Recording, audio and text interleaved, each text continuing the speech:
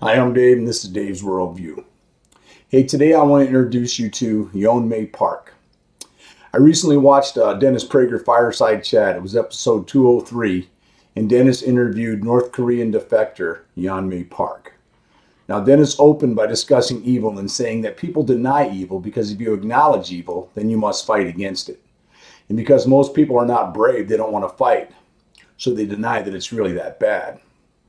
For example, 100 million people were killed by communist regimes in the 20th century. But despite that death toll, being anti-communist is looked down upon as a bad thing. Nobody defends Nazis, but for some reason it's okay to defend communists. I have to wonder if that is because communist countries still exist and no one wants to stand up to their evil. Yeonmi Park, who defected from North Korea, said, "We left North Korea for food, not freedom. We didn't even know what escape means," she said, because that word was not in our vocabulary. This is what North Korea does, she continued. They get rid of words like liberty, love, escape, and revolution. It seems to me that the North Korean elite controlled the vocabulary much like the left has been trying to do in our country. Although she did not know what sex or slavery was at the time, Yeonmi was grateful to have been sold as a sex slave to a Chinese farmer because it was better than starving to death in North Korea. Yeonmi said that she didn't even know how to think for herself because in North Korea they were told what to think. She didn't have critical thinking abilities. So, for example, even though Kim Jong-un was fat, they believed the state when they said he was starving too. Eventually, she escaped from China into South Korea, and I think it was through Mongolia, I think. Anyhow, and then after being in South Korea for a while, she had got an invitation to speak at a conference on her defection from North Korea. And it led to a book deal that brought her to New York, where she eventually attended Columbia University. At Columbia University, she was shocked to see they were teaching that the United States was the cause of all the world's problems. Systemic oppression, racism, xenophobia, homophobia, all of it was because of white men and American imperialism. This was taught in every class she attended in her 4 years at Columbia, with virtually no student opposition. Even Mozart and Beethoven were dismissed as white supremacists, she said, which was shocking to her because having gone through South Korea, they loved Mozart and Beethoven there. Anyhow, and every time Yeonmi would try to disagree, they would say that she was brainwashed. She said that she heard more anti-American sentiment at Columbia than she did in North Korea. Yeonmi laughs at people spending hundreds of thousands of dollars to go to universities who think they are oppressed.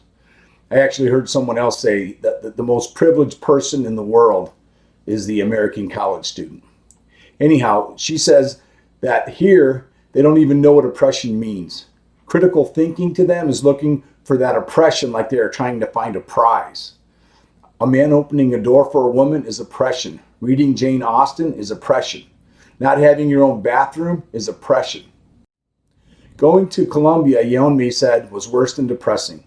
These useful idiots could literally make us into a country like North Korea or China, she added. Because of people like she met in Colombia, she worries about her son's future. Two things about what she said really stuck with me: the control of the vocabulary and how they were told what to think. This is exactly what we are witnessing in our country today. Marxists that identify as Democrats to hide their true intentions are trying to control the vocabulary and tell you what you must think. For lack of a better word, it is brainwashing. I have seen people from at least 5 communist countries say that what they are seeing on the left is exactly what they witnessed in the communist countries that they fled. We must be awakened to the truth and take a stand against the woke culture. Yeonmi said that she was the only one who ever questioned the leftist culture at Columbia. As a society, we must do better. I don't know anything about the singer Rihanna, except when I did an internet search, I read that she is a singer from Barbados. I don't know anything about her music, and so I can't recommend her music, but I will recommend the sentiment she expressed on a t-shirt recently. The shirt said, "Think while it's still legal." That's a good point. And then have the courage and the boldness to stand up and speak out against bad ideas that have been planted in the cultural mind by brainwashed Marxists that think they are still Democrats. These guys are lost their minds. If you have some time, I highly recommend watching Dennis Prager's Fireside Chat, episode 203. You can find it by doing an internet search online or listen to the podcast. It was very fascinating listening to Dennis interview this beautiful young lady and hearing how she has overcome real oppression. I think there is an awakening going on in America. I think people are finally waking up. You know, the Biden administration has been so awful that it's made people rethink some of their positions. You know, I did videos before the election ever came up, basically saying that, you know, politics and racism, education and racism, every issue the Democrats get it wrong. These aren't Democrats. These are Marxists. These are communists. And you know, so just pay attention, keep yourself informed, and keep praying. We're going to turn this thing around. Thanks for watching Dave's Worldview, and have a great day.